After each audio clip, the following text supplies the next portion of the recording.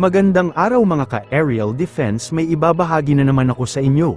Dahil ngayong araw na ito ay may pag-uusapan tayo tungkol sa depensa, barko ng Pilipinas at China muntik magbanggaan sa Zambales. Pero bago tayo magpatuloy, huwag mo muna kalimutan mag-like, share and subscribe.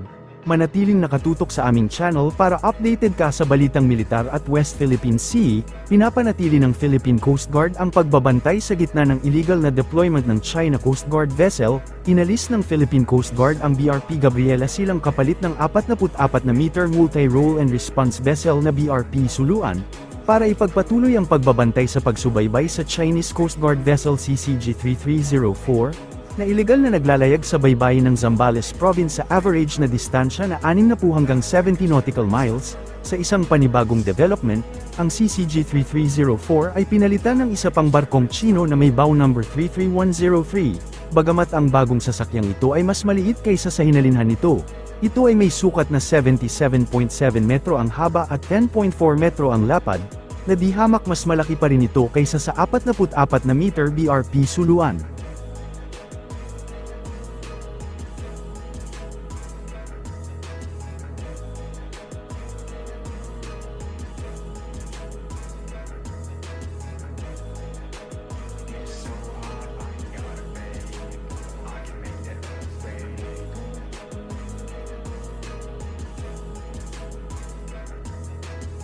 Vessel 3103. This is Philippine Coast Guard vessel BRP Suluan MRRD 4406.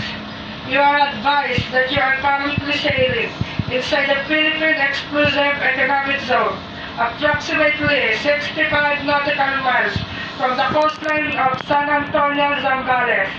In accordance with the Republic Act 12064, the Philippine Maritime Zone Act, the United Nations Convention of the Law of the Sea, of which you are a party, and the 2016 Arbitral Award, you do not possess any legal authority to patrol inside the Philippine Exclusive Economic Zone.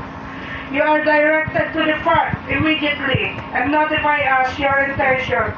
Your illegal activity will be reported to the higher authorities. Over.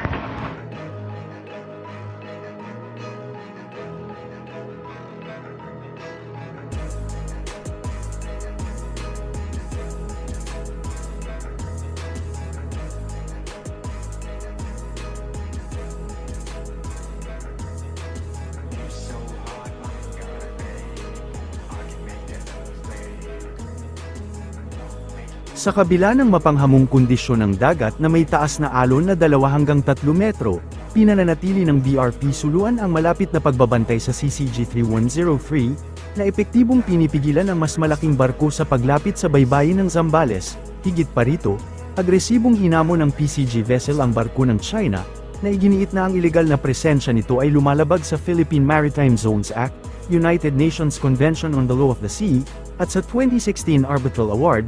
Hanggang alas 9 ng gabi, ang kasalukuyang monitoring ng PCG ay nagpapahiwatig na ang barko na karaniwang tinutukoy bilang monster ship, ay nasa 113 nautical miles na ang layo mula sa Zambales, ngunit nananatili sa loob ng exclusive economic zone ng bansa sa layong 19 nautical miles mula sa Bajo de Masinloc. Samantala, ang CCG-3304 ay tinatayang 105 nautical miles mula sa Zambales, papalapit sa Bajo de Masinloc sa layong 28 nautical miles. Bukod pa rito, ang CCG-3301 ay nagpapatuloy sa iligal na patrol nito sa baybayin ng Zambales, na kasalukuyang 76 nautical miles mula sa Pundaquit, Zambales. Nananatiling matatag ang Philippine Coast Guard sa pangako nitong pangalagaan ang mga interes ng dagat sa bansa at itaguyod ang internasyonal na batas nang hindi tumitindi ang tensyon.